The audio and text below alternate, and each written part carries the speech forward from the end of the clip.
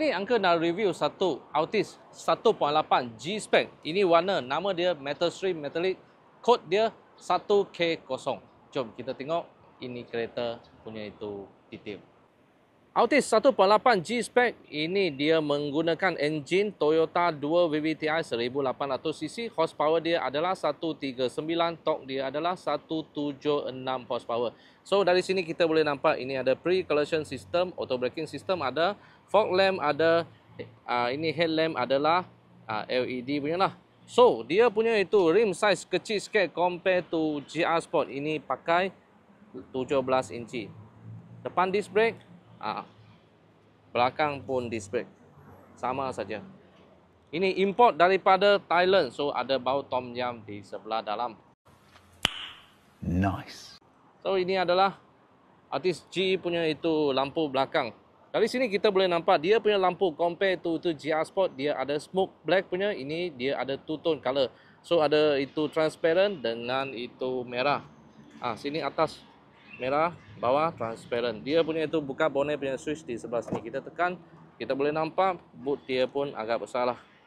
Altis ini menggunakan keyless entry. So kita tangan taruh saja, ini by sensor. Kalau itu Vios dia kena tekan di sini. So Altis tak perlu, tangan taruh saja dia sudah boleh buka pintu macam ni. Dari sini kita tengok dalam, ni ada leather, ada leather seat So leather seat standard untuk Corolla Altis.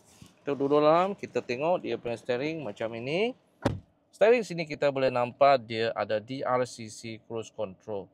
Okay, so ada pedal shifter sama saja macam itu GR Spec, cuma dia ini benang, dia pakai warna hitam punya benang. Meter dia sama saja digital punya itu screen. Okay, touchscreen. Semua itu Altis pun touchscreen. Ada Android Auto wireless, ada Apple CarPlay wireless. PVM 360 camera. Ini semua Toyota pun ada punya lah. Ini kita punya itu lambang. Okay. So aircon, kita ada dua channel punya aircon. So kita boleh adjust kiri kanan lain punya suhu. Tengok ini 18. Ini ada 23. Wireless charger ada di sebelah sini. Perlu clip saja awak punya phone boleh pakai. So dia punya driving mode simple sikit. Ini kereta tak ada eco mode. Dia ada apa mode? Dia ada sport mode, normal mode. Itu sahajalah.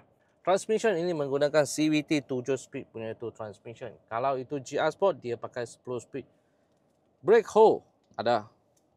Electronic parking brake pun semua ada. Auto dim punya rear mirror ada, tinted ada. Driving recorder, ini special sikit mau cerita. Driving recorder untuk Altis dia depan sama belakang pun dia adalah. Selain dari itu, tinted ada, lepas tu RFID semua ada punya. So kalau kita tengok dari belakang, belakang pun leather lah. Ada armrest. Vios tak ada armrest Ini Altis dia ada armrest, belakang aircon ada. Alright, itulah review untuk Altis 1.8 G-Spec. Harga dia adalah 144,800. Kalau GR Sport extra 5,000, 149,800. Untuk bulan ni promosi sebanyak 5,000 untuk ready stock kami. Dan special free gift daripada Uncle Lim. So kalau awak nak cari itu Altis GR, boleh roger Uncle Lim. Uncle Lim ada ready stock.